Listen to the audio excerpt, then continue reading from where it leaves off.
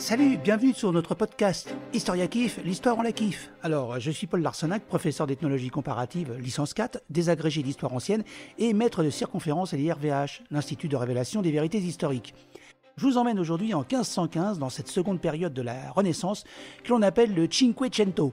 Une période de grands changements culturels qui va naître en Italie et gagner la France. C'est le temps des grands peintres et des sculpteurs, bref, des bazars, des beaux-arts.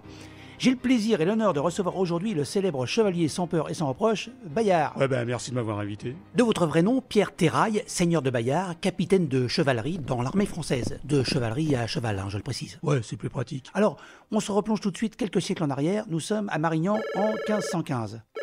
Vous avez composé Marignan 1515. Veuillez patienter, nous allons donner suite à votre appel. Grazie. C'est parce que si j'appelle, c'est pour les guerres en Italie.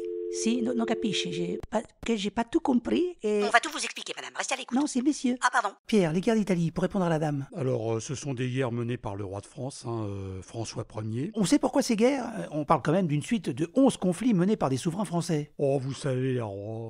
Est-ce qu'ils ont vraiment besoin d'une raison pour péter la gueule aux autres peuples ou pour les envahir Non, mais bon, je crois que ça remonte à la fin du XVe. C'est pour faire valoir ce qu'ils estimaient être leurs droits héréditaires sur le royaume de Naples et sur le duché de Milan. On va dire que c'est la raison officielle. Les rois de Naples étaient des vassaux français. Voilà, et les rois de France estimaient qu'ils étaient dans leurs droits. Alors revenons à Marignan. Oui, on vous a mis une petite bande son pour se mettre dans l'ambiance. Dites, ça vous manque pas trop toute cette fureur là, l'odeur du sang, les chevaux qui hennissent et les hommes qui gémissent? Un petit peu quand même. J'imagine. Alors, on se remet dans le feu de l'action, hein. Ça fait 16 heures que vous combattez. Ah oui, on voit pas le temps passer dans ces moments-là. Vous êtes couvert de sang, entouré de cadavres de Suisses, déjà 16 000 morts. D'ailleurs, pourquoi des Suisses en Italie? Des mercenaires. Il faut dire qu'à ce moment-là, on nage en pleine mélasse.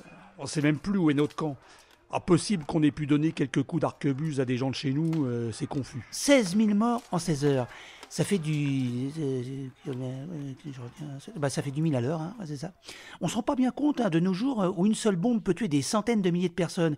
Mais pour l'époque, c'est correct, non? Enfin, je veux dire, c'est plutôt standard. On est quand même un peu au-dessus de la moyenne. Pour vous donner une idée, Azincourt en 1415, tiens, puis il y a pile poil un siècle avant. Ah oui, c'est 6 000 morts sur une journée. Oui, vous avez un peu dépassé. En même temps, c'est la guerre. C'est pas la foire à neuneux, faut ce qu'il faut. Bah oui.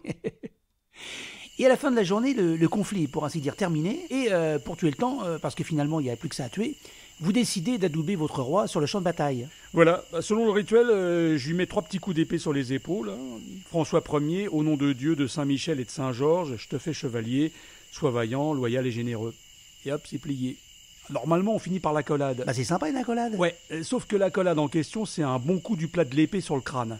Mais bon, c'est le roi, je vais pas non plus lui déboîter la tête et lui péter la mâchoire. Alors une question que les historiens se posent encore aujourd'hui, et nos auditeurs sont impatients de connaître la réponse, pourquoi on vous appelle le chevalier sans peur et sans reproche? Alors, sans peur, on voit bien pourquoi, vous faites merveille lors de la défense du pont de Garigliano face aux Espagnols commandés par Arlequin en 1504. Charles Quint, non, c'est pas la même.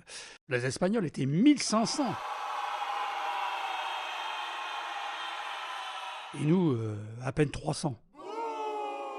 Ah oui, en effet, c'est pas... Ah bah oui, forcément, il y a comme un déséquilibre. Et on est obligé de battre en retraite de l'autre côté du pont. Sauf que pour nous achever, ils doivent le franchir, le fameux pont de Garigliano.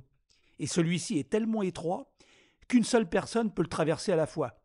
Ah bah je me suis collé à l'arrière-garde et je peux vous dire qu'à l'époque, en 1 contre 1, j'étais imbattable. Ah bah je les ai massacrés. Encore une fois, question bravoure, y a rien à redire. Vous bâtissez votre légende. La légende de Bayard. Mais sans reproche, vraiment? Ah, franchement, je sais pas. Non, même pas un petit truc. Je sais faire qu'une chose, moi, c'est me battre. Personne ne vous le reprochera. Alors la guerre terminée, vous découvrez l'Italie. Ouais, c'est un joli pays l'Italie. Bon, à l'époque, évidemment, c'était un peu salopé, mais ça devait être agréable d'y vivre. Et puis la culture italienne. La culture et puis la bouffe. Et les femmes. Ah, ça, je sais pas. Ah bon? C'est pas trop votre truc? Ah non, j'ai pas dit ça. Non mais c'est pas un reproche, hein. Mais il est vrai que vous ne vous êtes jamais marié. J'ai quand même eu une fille naturelle. Non mais c'est pas un reproche. Chacun son truc. François Ier aimait être entouré de femmes, vous c'est la baston quoi, la bagarre. Ouais, j'avoue, j'aimais bien ça. Et maintenant? Oh, j'ai moins la forme. Attention, il m'arrive encore de mettre 2-3 mandales à un abruti quand l'occasion se présente. Ouais, bah oui. Mais j'ai moins le goût du massacre. Oh bah c'est pas moi qui vais vous jeter la pierre, Pierre. Vous savez, les guerres de nos jours, c'est plus ce que c'était. Maintenant, vous pouvez tuer une personne qui se trouve à des centaines de kilomètres dans un autre pays en appuyant sur un bouton. Oh, l'esprit chevaleresque que vous avez incarné toute votre vie, on a pris un sacré coup dans la cafetière. Tiens, coupe la musique, ça me saoule en fait.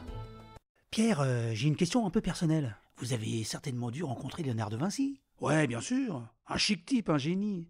Bon dessinateur, barbu, Ouais. tout ça. Ouais. Ah, François lui a demandé de faire 2-3 toiles du coin, en souvenir. On m'a dit qu'il finissait jamais ses toiles. Ouais, il paraît. Surtout les sourcils. Les sourcils. Ah, ouais, je prononce mal, désolé. Moi, je lui demanderai car je le reçois ici même la semaine prochaine. Bah, vous lui ferez un petit coucou de ma part. Un coucou suisse. C'est ça. Enfin, j'y manquerai pas. Merci Pierre de nous avoir fait l'honneur de votre présence. Salut. C'était Historia Kiffe, l'histoire on la kiffe, et aujourd'hui je recevais Pierre Terrail, seigneur de Bayard, le chevalier sans peur et sans reproche. À la semaine prochaine. Voix, écriture et réalisation, Pascal Laurent.